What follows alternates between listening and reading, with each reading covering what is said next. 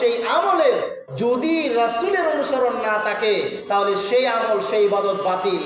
সহিহ মুসলিমের 1718 নম্বর হাদিস, রাসূলুল্লাহ সাল্লাল্লাহু আলাইহি ওয়াসাল্লামের স্ত্রী উম্মাহাতুল মুমিনিন আয়েশা রাদিয়াল্লাহু আনহা থেকে বর্ণিত হাদিস, তিনি বলেন, আনা আয়েশা রাদিয়াল্লাহু তাআলা আনহা ক্বালাত ক্বালা রাসূলুল্লাহ সাল্লাল্লাহু আলাইহি ওয়াসাল্লাম মান আমিলা আমালান লাইসা আলাইহি আমরুনা ফাহুয়া রাদ্দুন।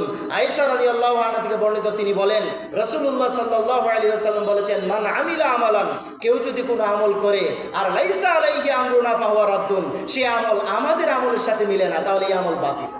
এরপর আরেকটা হাদিস আসছে, মান আহদাসা ফি আমরিনা হাযা লাইসা মিনহু ফাহুয়া রাদ্দুন, কেউ যদি কোনো আমল আবিষ্কার করে আর এই আমল যদি আমাদের আমলের সাথে না মিলে তাহলে এই আমলও বাতিল।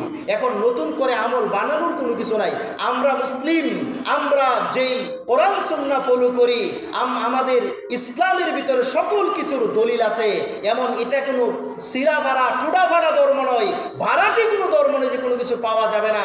আমাদের ইমামগণ আইম্মায়ে মুস্তাহিদিনগণ কিভাবে আমরা আমল করব, ইমাম আবু হানিফা রহিমাহুল্লাহ, ইমাম শাফি রহিমাহুল্লাহ, ইমাম আহমদ ইবনে হাম্বল রহিমাহুল্লাহ, তারা হাদিস বিশ্লেষণ করে আমাদের মাঝে বুঝিয়ে দিয়ে গিয়েছেন কিভাবে আমরা আমল করব। এই হাদিস কোরআন থেকে দলিল আদিল্লা ভিত্তিক তারা সুন্দর সুস্পষ্টভাবে আমাদেরকে জানিয়ে দিয়েছেন। এরপরেও যদি আমরা বলি যে না, ইসলামের ভিতরে এগুলো নাই, আমরা পাই না, আপনি দুনিয়াতে একটা